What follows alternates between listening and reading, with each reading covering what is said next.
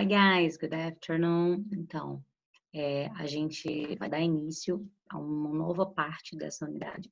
A gente vem falando bastante nas últimas aulas, no último vídeo, nas últimas intervenções, sobre os tipos de moradia, né? Inclusive, eu até passei o trabalho para vocês, mas a partir de agora a gente vai falar um pouquinho sobre as partes de uma casa, certo? Como a gente viu, nem todas as moradias vão se encaixar nessas partes, mas vocês podem ver que a grande maioria, tipo, como casas, apartamentos e outras também que a gente viu, vão ter essas mesmas partes em comum, certo? Então, eu vou compartilhando aqui com vocês o material que eu preparei para vocês poderem ter acesso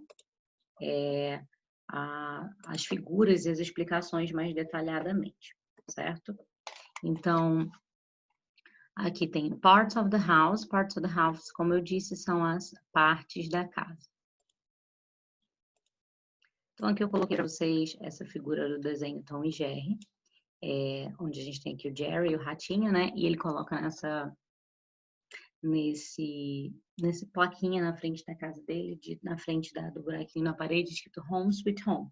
Eu trouxe isso para explicar para vocês a verdadeira diferença entre house e home, porque todo mundo sabe, a gente sabe que house, a gente já viu house é casa, mas home também pode ser, certo? Então, a grande diferença entre house e home é que house, ele sempre pode ser, é sempre relacionado a a construção física, o espaço onde aquela casa ela é construída, certas paredes, os cômodos e tal.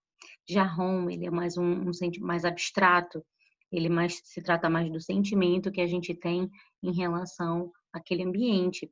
Então, seria mais assim, numa tradução bem geral, house seria casa mesmo e home seria lar. Então, você pode, qualquer lugar pode ser o seu lar.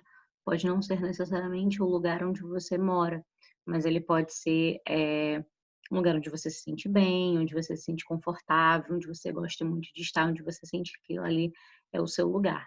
Então, é até interessante a carinha do Jerry aí na figura, porque o Tom, né, o Tom que é o gato, ele mora dentro da casa, mas dentro da casa do Tom, o Jerry tem a casa dele, que é onde ele considera que é o lar dele, por isso que ele bota essa plaquinha aí na frente do buraquinho na parede, onde ele mora, que é com Home Sweet Home, lar, doce lar, certo? Então eu trouxe mais para fazer esse esclarecimento para vocês e como introduzir o conteúdo. Então aqui a gente tem a primeira parte da casa que a gente vai ver que é bedroom. Bedroom é o quarto. Esse conteúdo que a gente está vendo, eu estou dividindo ele, então primeiro a gente está vendo as partes da casa para depois a gente ver os móveis, ver as partes fixas, assim, alguns móveis pertencentes a cada cômodo, então vocês não precisam se preocupar que na figura tem muita informação, mas vocês não sabem identificar os móveis ainda, porque mais para frente a gente vai fazer isso, tá bom? Então nós temos aqui kitchen, o lugar onde todas as refeições são feitas, certo? Não onde a gente come, né, mas onde a gente prepara as refeições. Living room, o lugar de descanso, de lazer da família, de receber visitas, não agora, né, no tempo da pandemia, mas um lugar onde a gente recebe geralmente as pessoas na nossa casa. Dining room, nem todas as casas têm, por exemplo, a minha casa não tem, que é a sala de jantar.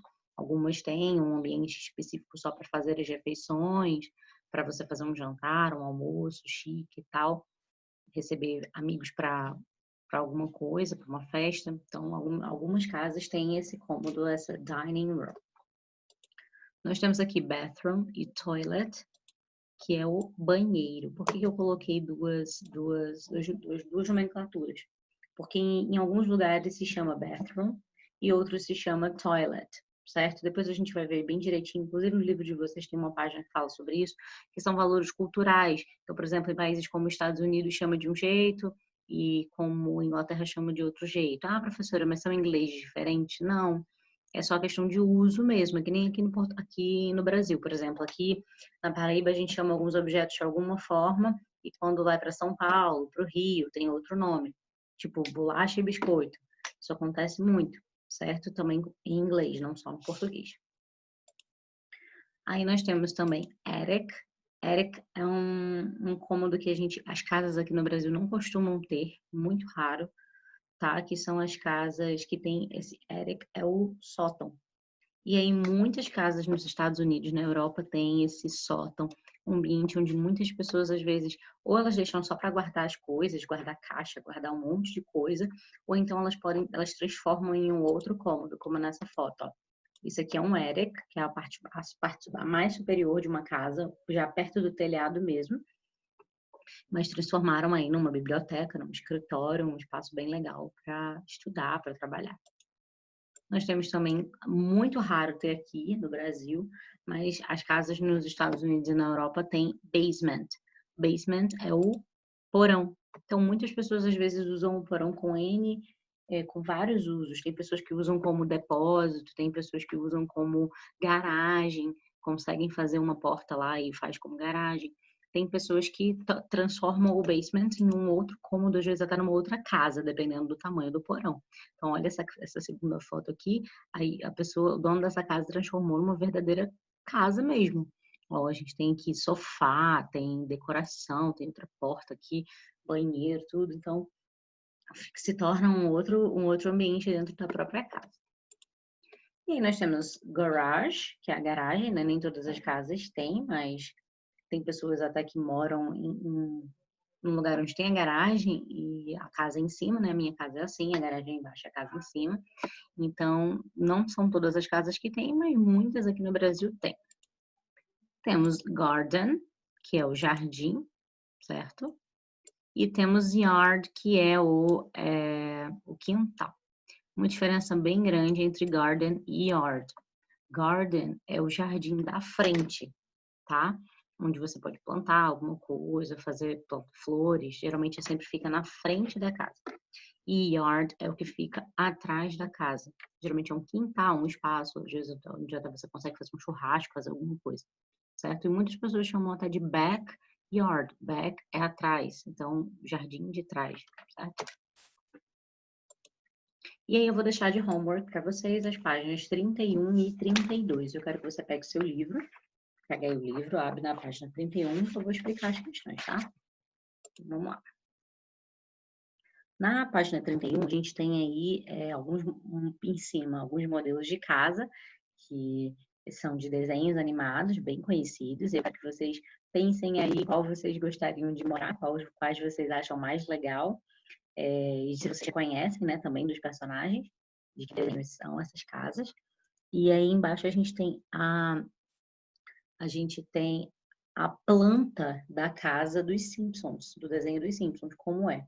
A planta é o tipo um planejamento da casa, onde você consegue ver todas as divisões de cômodos. Então, geralmente por isso que ela tá desse jeito, que ela é uma visão de cima, como se você estivesse visualizando de cima, assim, certo? Então, vocês vão observar bem direitinho aí esse cômodo, com o vocabulário que a gente acabou de ver, tá bom? E aí, vocês vão responder as perguntas de um. A pergunta tem um só, mas ela tem várias alternativas. Então, sobre a planta da casa dos Simpsons. Então, a primeira, letra A. How many rooms are there in the Simpsons house? Quantos cômodos tem? Letra B. Is there a garage? How many cars do they have? Se tem uma garagem. Se tem garagem, quantos carros eles têm? Quantos carros, né? Na letra C, what objects can you see inside the living room? Que objetos vocês conseguem ver na sala, mesmo visto de cima? Na letra D, is there anything in the Simpsons house that doesn't exist in your home? Tem alguma parte na casa dos Simpsons que não tem na sua casa? Pode ser completa aí, certo? Vocês coloquem em português, a letra A pode ser em português, a letra B, a letra C. Já na letra D, como a gente acabou de ver as partes da casa, eu quero que vocês respondam em inglês, certo?